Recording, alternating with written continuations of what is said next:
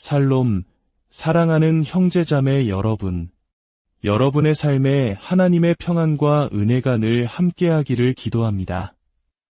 오늘 우리가 함께 나눌 이 말씀이 여러분의 마음에 깊은 울림과 위로가 되기를 소망합니다. 만일 이 말씀을 통해 더 많은 영혼이 위로와 힘을 얻을 수 있도록 구독과 좋아요로 하나님의 사랑을 전하는 일에 동참해 주신다면 그것 또한 주님께서 기뻐하시는 귀한 선교의 열매가 될 것입니다. 오늘의 주제는 어떤 상황에 처하든 행복해지는 법입니다. 우리에게 꿈과 목표가 있다는 것은 참으로 좋은 일입니다. 우리는 더 큰 것을 향해 믿음을 뻗어 나가야 합니다. 하지만 여기서 중요한 열쇠가 있습니다.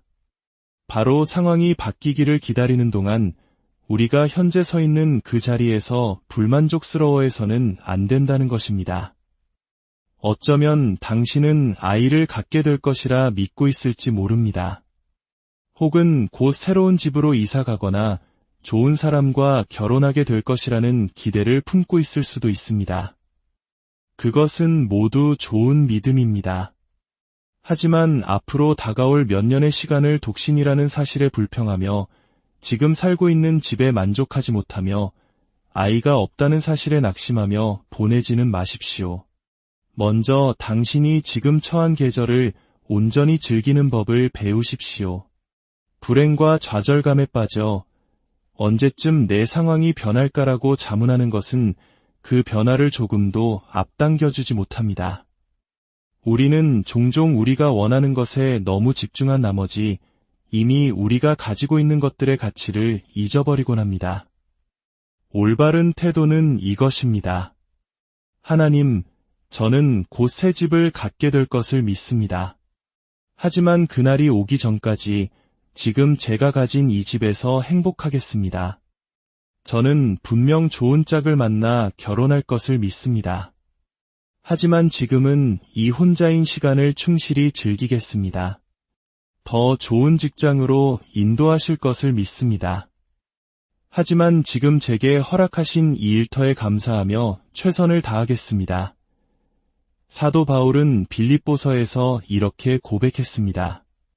나는 비천에 처할 줄도 알고 풍부에 처할 줄도 알아 모든 일곳 배부름과 배고픔과 풍부와 궁핍에도 처할 줄 아는 일체의 비결을 배웠노라. 주목해야 할 점은 바울이 자족하는 법을 배웠다고 말했다는 것입니다. 만족감은 저절로 생기는 것이 아닙니다. 그것은 우리가 매일 의지적으로 내려야 하는 선택입니다. 자족한다는 것이 변화를 원하지 않거나 꿈을 포기하거나 현재에 안주하라는 의미는 결코 아닙니다. 자족은 모든 상황과 싸우려 들지 않는다는 뜻입니다. 좌절하지 않고 하나님을 신뢰하며 그분께서 보이지 않는 곳에서 일하고 계심을 믿는 것입니다. 그리고 가장 완벽한 때에 우리를 마땅히 있어야 할 그곳으로 이끌어 주실 것을 믿는 것입니다. 저는 어떤 상황들은 우리가 먼저 변하기 전까지는 결코 변하지 않는다는 것을 깨달았습니다. 우리가 좌절하고 스트레스를 받으며 왜 이렇게 오래 걸리는 걸까? 왜 나는 여전히 이 문제로 씨름하고 있는가? 왜 내 배우자는 아직도 나를 힘들게 하는가? 라고 불평하는 동안에는 상황은 제자리에 머물러 있을 뿐입니다. 만약 하나님께서 우리를 어떤 자리에 머물게 하셨다면 거기에는 분명한 이유가 있는 것입니다. 그 시간을 통해 우리에게 무언가를 가르치기 원하시는 것입니다. 우리가 현재의 상황에 만족할 때 우리는 인격적으로 성장하고 믿음이 더욱 굳건해집니다. 우리의 믿음은 모든 것이 순조로운 좋은 시절에 자라나는 것이 아닙니다. 오히려 압박감 속에서 쓰러지고 싶은 마음이 들 때 그럼에도 불구하고 행복하기를 선택할 때 자라납니다. 쉽게 불평할 수 있는 상황에서 오히려 하나님, 오늘도 귀한 하루를 주셔서 감사합니다. 라고 고백할 때 우리의 믿음은 단련됩니다. 아직 모든 꿈이 이루어지지 않았더라도 당신이 속한 계절을 즐기기로 선택하십시오. 상황을 바꾸려고 애쓰기보다 그 상황이 당신을 변화시키도록 허락하십시오. 만약 우리가 항상 불만족스러운 상태에 있다면 무언가 잘못된 것입니다. 내 직장이 싫어, 이 좁은 아파트가 지겨워, 아이들 때문에 미치겠어, 내 사업은 언제쯤 성장할까? 이런 생각들은 당신을 그 자리에 더욱 단단히 묶어둘 뿐입니다. 우리를 향한 하나님의 계획은 단지 우리를 편안하게 만드는 것이 아니라 우리를 성장시키고 성숙하게 하여 더 큰 은혜와 복을 부어주시기 위함입니다. 지금 당신이 있는 곳이 마음에 들지 않을 수도 있습니다.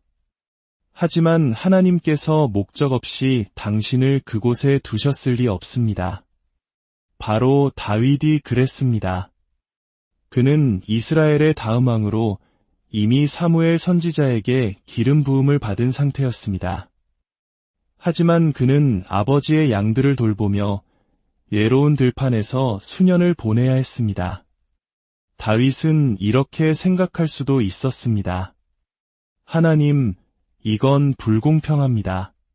제게 위대한 꿈을 주시고 큰 일을 약속하지 않으셨습니까? 그런데 왜 저는 이 보잘것없는 양떼와 함께 광야에 갇혀 있어야 합니까? 하지만 다윗은 자족의 원리를 이해했습니다.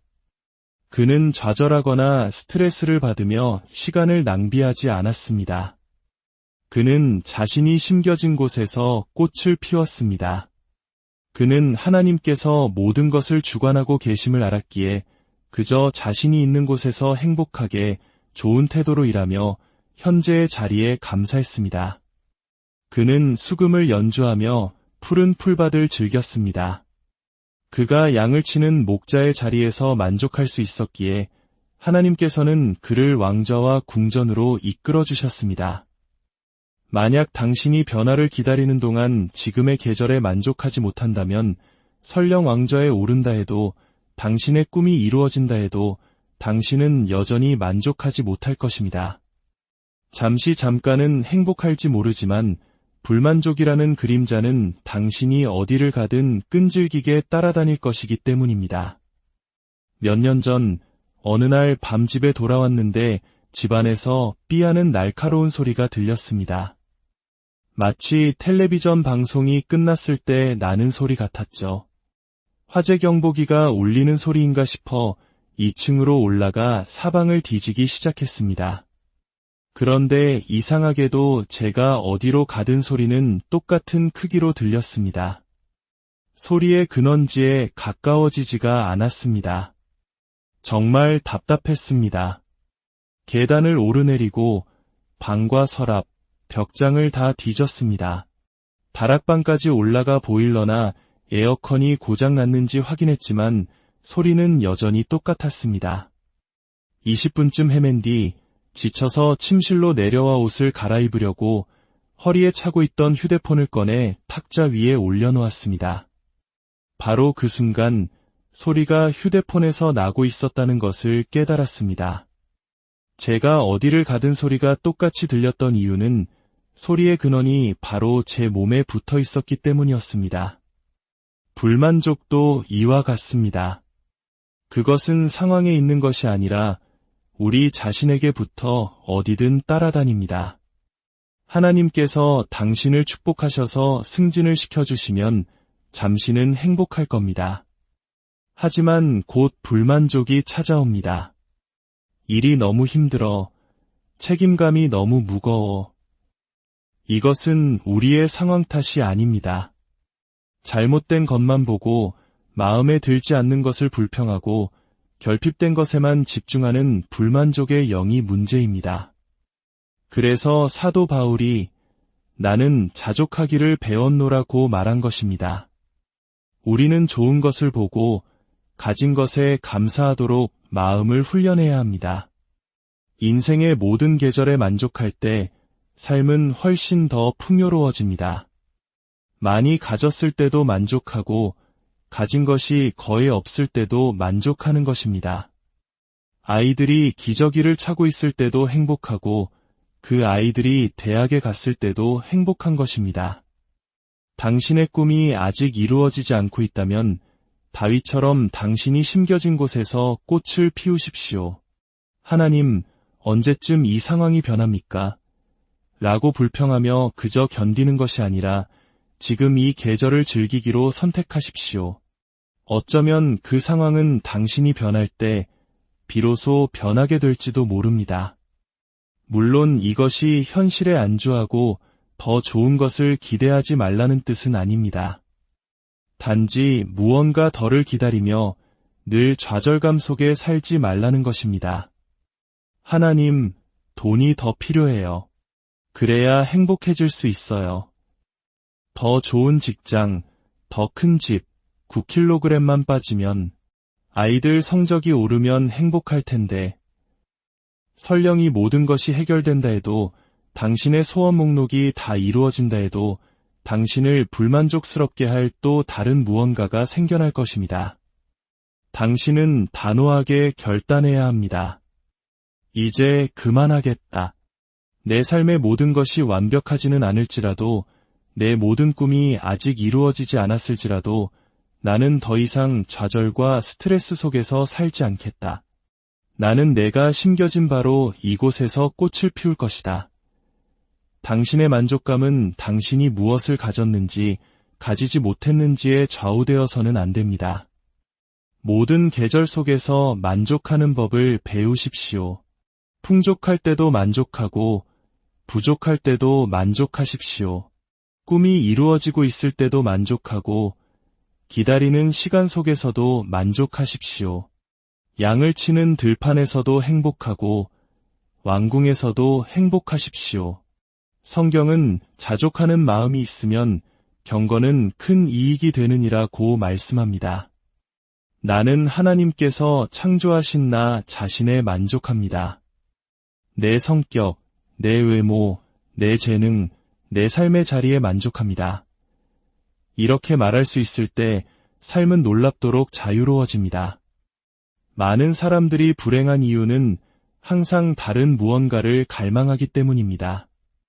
어떤 독신들은 결혼하기 전까지는 결코 행복할 수 없다고 생각합니다.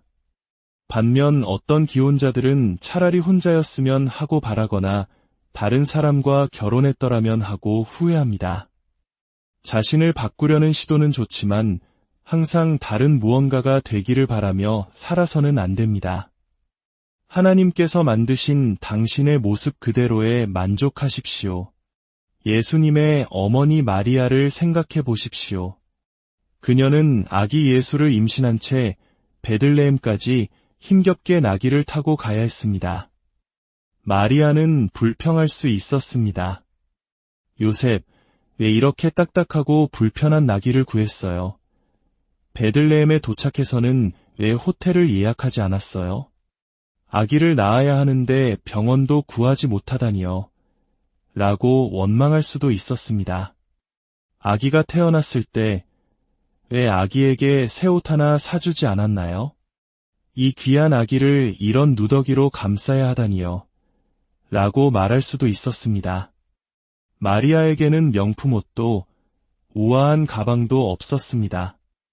하지만 그녀는 결코 불평하거나 요셉을 비난하지 않았습니다.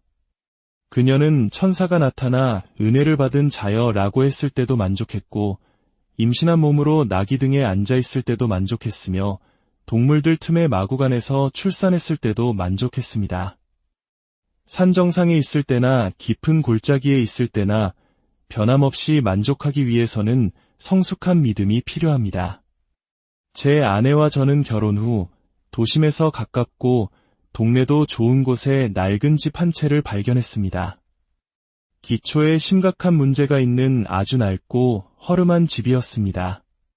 대부분의 사람이라면 허물고 새로 지었겠지만 저희는 그 집을 수리해서 살기로 결정했습니다. 거실 바닥이 너무 심하게 기울어서 소파 앞다리 밑에 나무 토막을 괴어야 수평이 맞을 정도였습니다. 많은 방문들이 제대로 닫히지도 않았지만 우리는 불평하지 않았습니다. 우리는 행복했습니다. 하나님께서는 각 계절에 맞는 은혜를 주십니다. 지금 저희는 바닥이 평평한 좋은 집에 살고 있지만 만약 우리가 그 낡은 집에서 만족하는 법을 배우지 못했다면 오늘날 이곳에 이르지 못했을 것이라고 믿습니다. 이건 정말 엉망이야. 하나님, 우리는 새 집을 원했는데 언제쯤 이 상황이 변할까요? 라고 불평하기는 쉽습니다. 하지만 부족할 때나 풍족할 때나 꿈에 그리던 집에서 살든 바닥이 기울어진 집에서 살든 만족하기로 결단하십시오. 나는 만족하기로 결심한다. 나는 내 삶을 즐길 것이며 하나님께서 내게 주신 모든 것에 감사할 것이다. 나는 내가 있는 바로 이곳에서 최선을 다할 것이다. 자족하기를 배웠노라고 말했던 사도 바울은 신약 성경의 많은 부분을 차가운 감옥 안에서 썼습니다.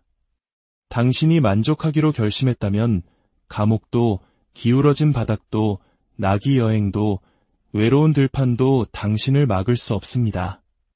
하나님께서 당신을 마땅히 있어야 할 곳으로 인도하실 것입니다. 얼마 전 한 신사분이 자신의 모든 문제와 삶의 잘못된 점들에 대해 하염없이 늘어놓았습니다. 그리고 마지막에 이렇게 말했습니다. 저는 제 인생이 마음에 들지 않아요. 문제는 그것이 당신에게 주어진 유일한 인생이라는 것입니다.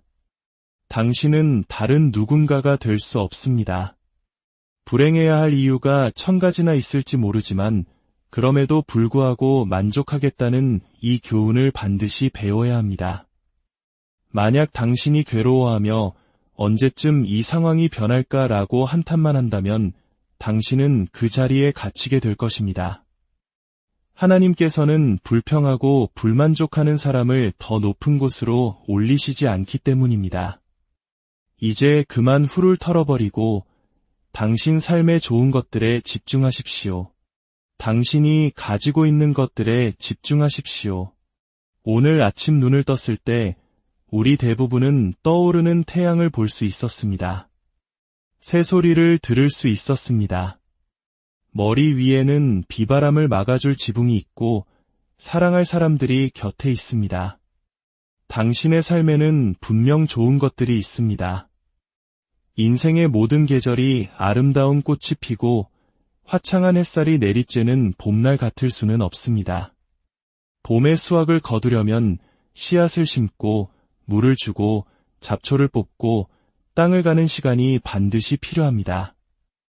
이런 과정을 거치지 않고는 새로운 수확의 계절로 들어갈 수 없습니다. 어려움 앞에서 좌절하는 대신 새로운 관점을 가지십시오. 지금의 힘든 계절이 당신을 더 높은 곳으로 이끌기 위한 준비 과정이라고 믿으십시오.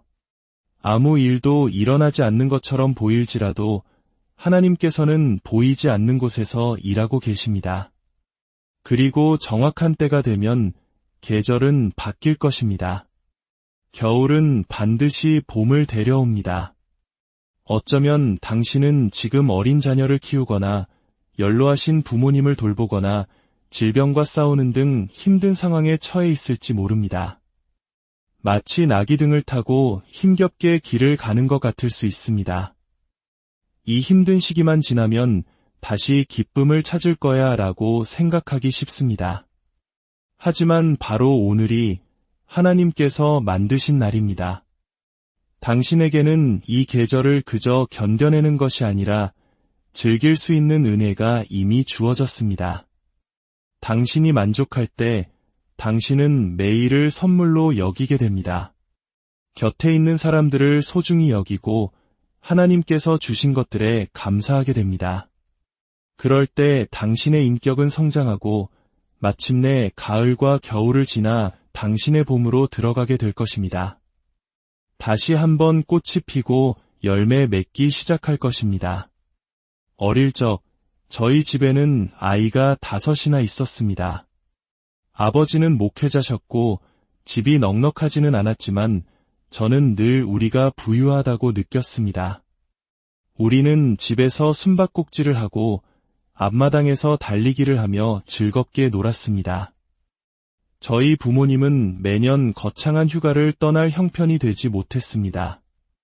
대신 아버지는 두어 달에 한 번씩 우리를 차에 태우고 공항으로 가셨습니다. 그리고는 터미널을 오가는 무료 트램을 태워주셨습니다. 우리는 그게 세상에서 가장 신나는 놀이기구인 줄 알았습니다. 몇 번이고 반복해서 탔죠. 사람들은 길 잃은 아이들처럼 우리를 쳐다봤지만 우리는 그저 즐거웠습니다.